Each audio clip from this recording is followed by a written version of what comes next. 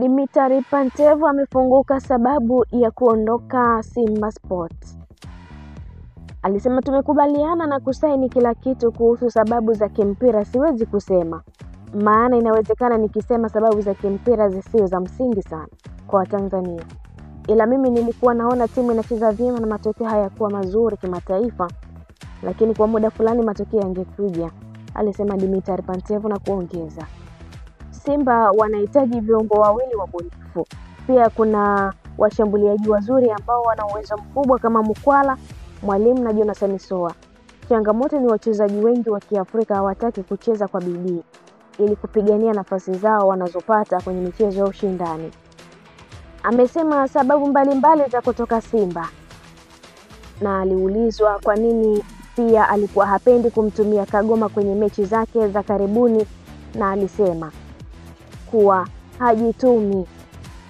Kwenye timu kuna maeneo wachezaji walikuwa wanafanya vizuri, lakini kuna maeneo walikuwa hawafanyi vizuri. Ndio maana kwenye mipango yangu ya Januari wanahitaji viungo wawili wabunifu.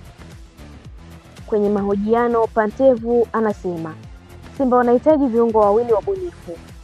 Akaulizwa kuhusu safu ya ushambuliaji, akasema Simba wana washambuliaji watatu. Changamoto ni wachezaji wengi wa Kiafrika hawataki kujibadilisha ili kupigania nafasi zao, na licha ya kuwa na kigugumizi lakini anakiri ni wachezaji wazuri, Mukwala, Mwalimu na Jonathan Soa.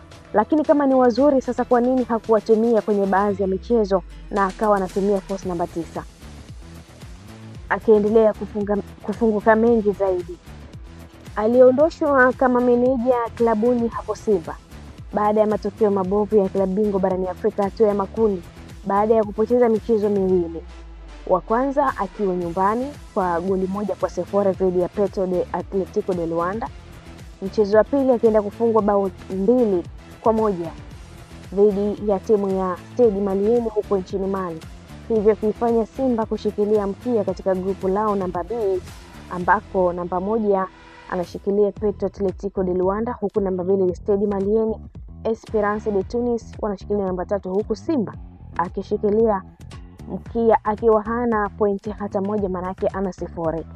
Matokeo hayo mabovu pamoja na upangaji wake wa kikosi pengine ndicho sababu kubwa ambayo imempelekea kufukuzwa pale mitaa ya Msimbazi Simba.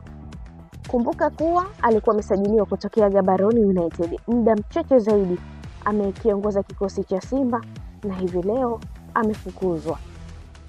Sasa kikosi cha Simba kitakuwa kwa Kaimu Selemani Matola, ambaye watu wengi sasa wanapiga kelele kusema Simba wampe Selemani Matola ukocha mkuu baada ya kuwa akifanya vizuri kwa baadhi ya mechi mbalimbali ambapo alikuwa akikaimu kama kocha. Na hii ni NTV, endelea kutufuatilia, pia usisahau kulike, kushare, kucomment pamoja na kusubscribe channel ili uendelee kufurahia taarifa zetu mbalimbali za kimichezo kutokea ndani na nje ya mipaka ya Tanzania. Nimekusomea taarifa hii mimi Sport. Wakati mwingine, bye bye.